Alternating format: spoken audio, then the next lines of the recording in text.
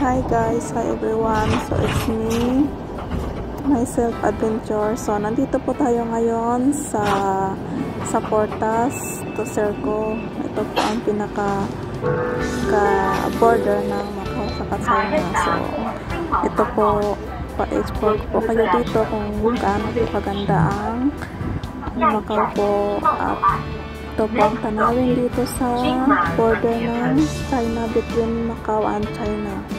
So makikita nyo po yan yung ano na yan, border, yung may parang dagat, may tawag nito, ayan po, makikita mo yung sa kabila po ay China na po yan, Guangdong, China. At yan po ang kanilang harbor dito sa Macau po, harbor ng Guangdong, China harbor.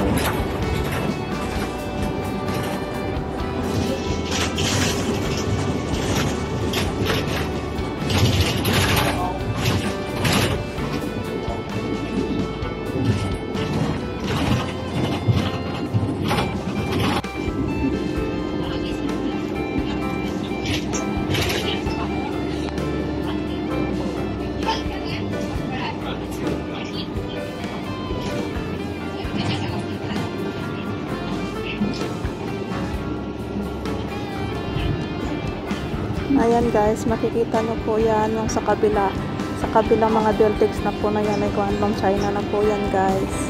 So enjoy for watching in my vlog.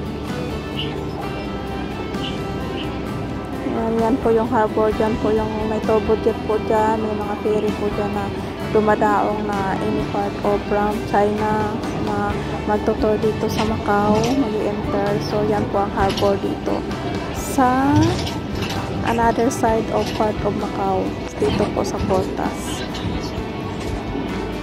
From Shenzhen na mga taga-China na pupunta dito sa Macau, so dyan po sila magdadaong po. Yan po ang ferry terminal dito sa another part of Portas ng Macau.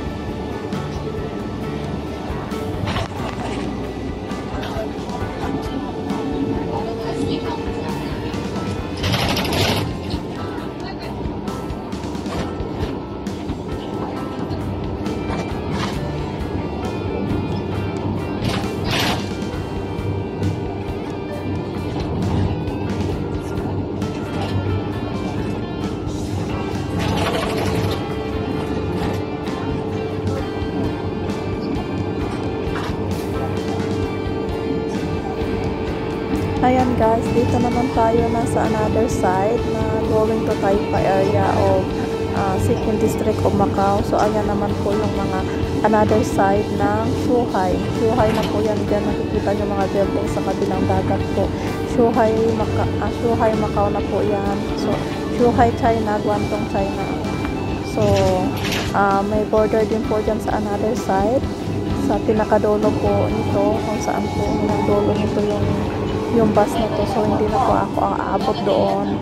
So ayan po, pa-explain ko lang po sa inyo na yung mga building na yan po ay Zhuhai, Guangdong, China na po yan. Sa kabilang ano na yan, ang kabilang yan, sa kabilang dagat.